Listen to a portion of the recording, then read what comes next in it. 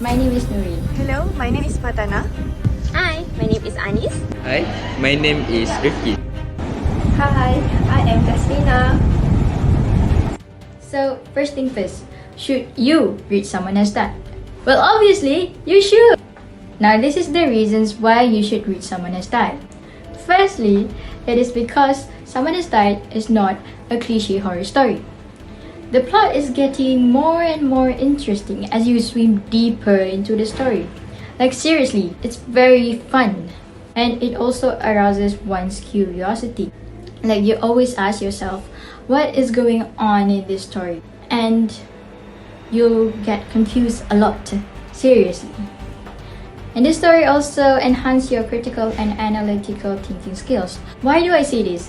Because from our experience, we have to do a group discussion to actually understand about this whole story. We share our understanding and clear up confusions we have, and we are able to understand the story after having discussion. The whole plot is not very straightforward. It needs you to actually to analyze and comprehend to be able to fully understand the whole story. The play was performed both in the morning and at night. The short story was recently published on 22nd July 2022 at Rifqi Prompts. It's recently published, so you have to check it out. The author's name is Loni Russo. Someone Has Died is one of the short story winners on Rifqi Prompts.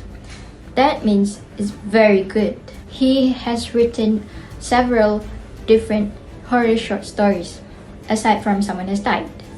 Loni Russo has a unique way of writing, and he doesn't like normal boring plot.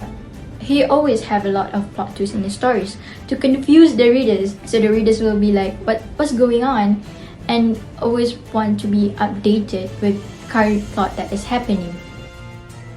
Loni also tends to use high level of vocabulary, so ensure that you have a dictionary beside you, or at least get some help from Google to understand his story.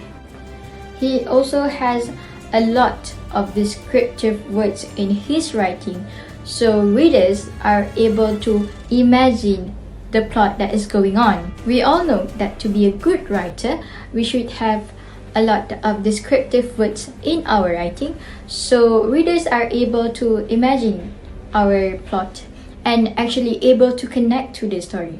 If the readers are able to imagine, they can also understand the story that the writer is writing. So, from Loni's story, Someone Has Died, I actually get to connect deeply with the characters, with the whole plot that's going on, and I felt so much fun while reading it. So, you should too. Okay, thank you, Nurin. For the next question is about give a basic overview of the story and what it's about, but do not give away the ending.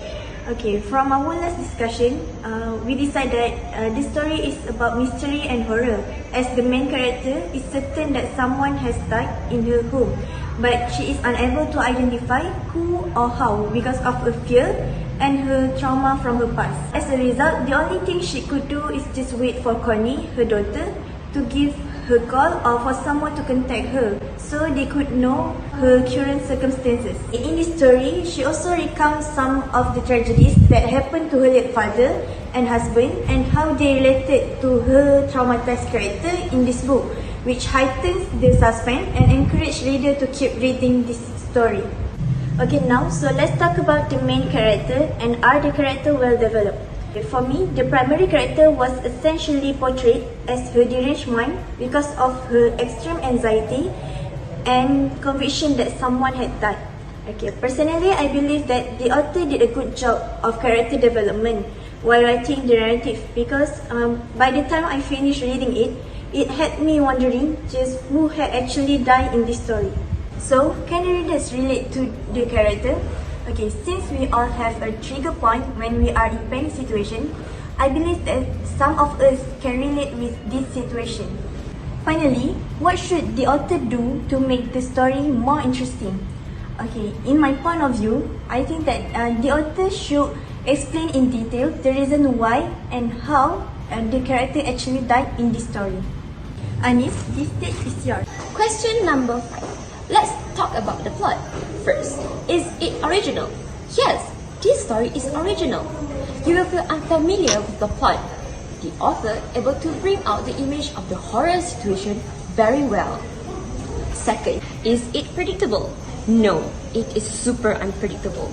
It is way out of the box. After reading each part of the paragraph, you get more curious and wondering, what is going on? So is the story intriguing? Absolutely intriguing. This story is full of horrors and thrills that the author managed to maintain it throughout the story. It is full of confusion and somehow perplexing. And the last one, is it far-fetched or authentic? I would say that it is authentic because this story is so much different from the typical story that I've read before. You need to read it. Next question. Compare and contrast the story I am reading now with the real-life events or stories that I've watched before. So, here's my answer. As someone who loves thrills and horrors, this story gives you a good experience from it. This story is different from the usual books or story that I've watched before. It gives you a lot of emotions, shockness, and tension that I will feel from this story. Also, throughout this story, you'll find tons of iffy moments that will make you confused and wondering what was actually going on. The type of horror that the author brings successfully lures its audience to create the fear of men and those manipulating emotions. This story will make you out of the control of thinking what was going on, what was happening to the main character, and what will going to happen next. Readers will gain new perspective from this story because you'll never read this kind of story before. Readers that read this story will gain new perspective from the horror sides. Since this story has a lot of throwbacks and present moments, so the readers must really comprehend the circumstance. Readers will gain new insight from this tale. So you need to read the story. Up next, The Great Icky. Thanks. As for me, I have read two stories from the same author, which is Someone Has Died and Marine Boglin. And as I read those two books, I can say that there are some similarities and differences between the author's style in writing those two stories. For the first similarity, there is the world building and characterization. I can say that the author really likes to describe deeply about the world where the story happens and the main character of the story. This is important as the readers will become attached to the story and will want to read the story until the end. For the second one is the sense of dread. As I read those two books, I felt very nervous and anxious as I want to know how the story will end and how the story goes. For the ending, I have realized that for both of the story, the author has made an open ending, which means that us reader can come up with our own conclusion for how the story ends. And it is to be added that the author has a very, very mind-blowing twist for the ending, as I have never thought that the ending will be like that. For the differences, there is the plot and horror placement. For plot, I can say that for Someone Has Died, I've already known what the story is about. But for Marine Boglin, I don't really know what the story is about until the end of the story. For the horror placement, for Someone Has Died,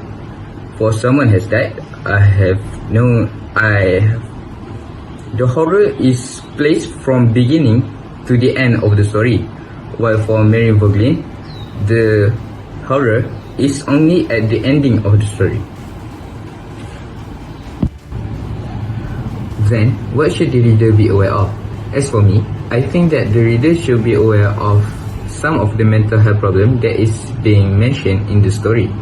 This is because mental health problems are not so rare nowadays. For the first mental health that I gained from the story is anxiety. Anxiety is a condition where a person cannot make a decision because they are afraid that they will make a wrong choice. People with anxiety also tend to overthink a lot because they don't want to make a mistake in their life. This is mentioned in the story when the main character wanted to call her daughter but hesitates to do so as she might disturb her, and she is afraid that her daughter might be upset with her. For the second one is trauma. Trauma is bad memories that affect people for a lifetime. People with trauma will get uneasy whenever something triggers their trauma. This is mentioned in the story when the main character felt uneasy whenever the thrilling sensation that she had when her father died comes again. I think that's all. I will be passing this to Qasrina. Thank you. Bismillahirrahmanirrahim. So for now, I would like to present about my question. So the first question is, what is the theme or main point of this novel? The theme of this novel is horror and thriller. Why I say like that? It's because the writer want the readers to think who had died by referring the past stories of the main character. For the thriller part, it occurs when the main character named Casey always terrified over the phone call. Every time when the phone is ring, Casey might look worried as she know something bad might happen, and she also had a feeling someone might be dead if the phone is ring. So for the next question is there any moral values that readers can get from this novel? Yes, it is. One of moral values that readers can get is we should be a caring person. For example, in this story, Casey's neighbor called her when he heard Casey scream loudly at her house because he worried about Casey's condition. This shows that he take care as much as possible for Casey. So the last question is, who should read this novel and who should not read this novel? I think teenagers should read this novel.